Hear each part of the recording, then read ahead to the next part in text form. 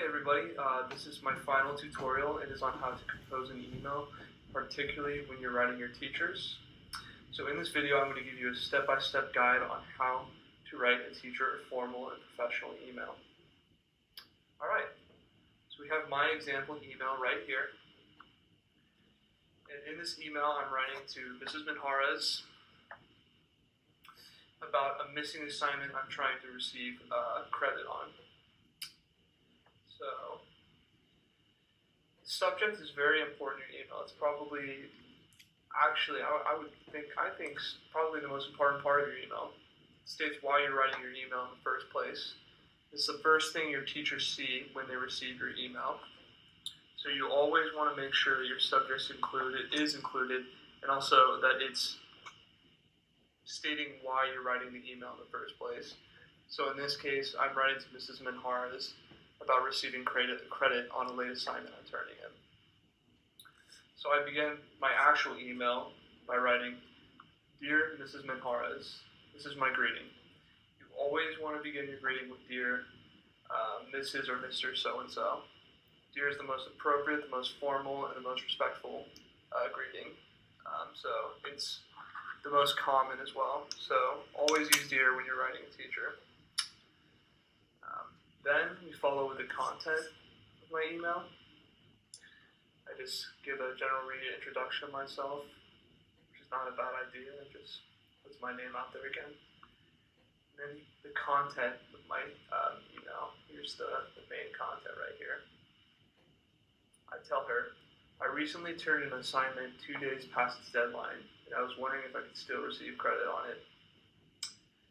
So this is why I'm writing Mrs. Minjarez the email, seeing if I can receive credit on a late assignment. And we'll see what she says when she responds. I follow up with, "I will make sure not to turn in late work going forward." Because as a general rule, late work is not good to begin with. And truthfully, most teachers don't even accept late work. So you are very lucky to begin with if your teacher does accept late work and gives you partial credit, and I will promise you that they will not accept it again after the first time. So make sure to begin with not to turn in late work. It's a very bad habit. I close my email in the second paragraph with, "Thank you, Mrs. Minjarez, and I hope you have a nice weekend." Sending my well wishes to Mrs. Minjarez. It's always nice. Teachers appreciate, and everybody appreciates, if you send some well wishes to them at the end of your email. Whether it be, "Have a nice day," "Enjoy the week,"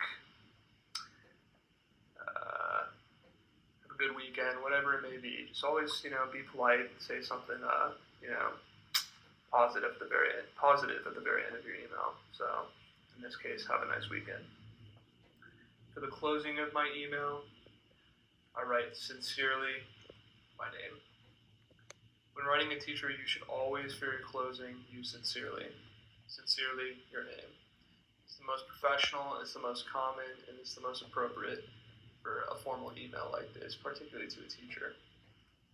So to recap, we have our subject, which is again about missing assignment I'm trying to receive credit on. Make sure to always include your subject. Your teachers want to know what you're writing about when they receive the email. They don't want to see a blank subject. They want to know what you're writing about. For our greeting, "Dear Mrs. Minjarez," do not use "Hey, what's up, what's going on." It's very informal. That's not appropriate with a teacher. That's informal chit-chat with a friend. You gotta use "Dear Mrs. or Mr. So-and-so." We have the content of my email, basically stating why I wrote the email to her.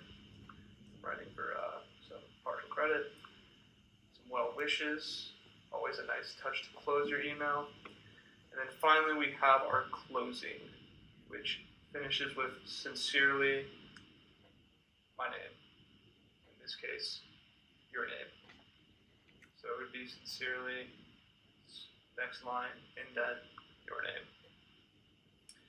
So this is the general format of an email, particularly a professional and formal one that you'd be writing to a teacher.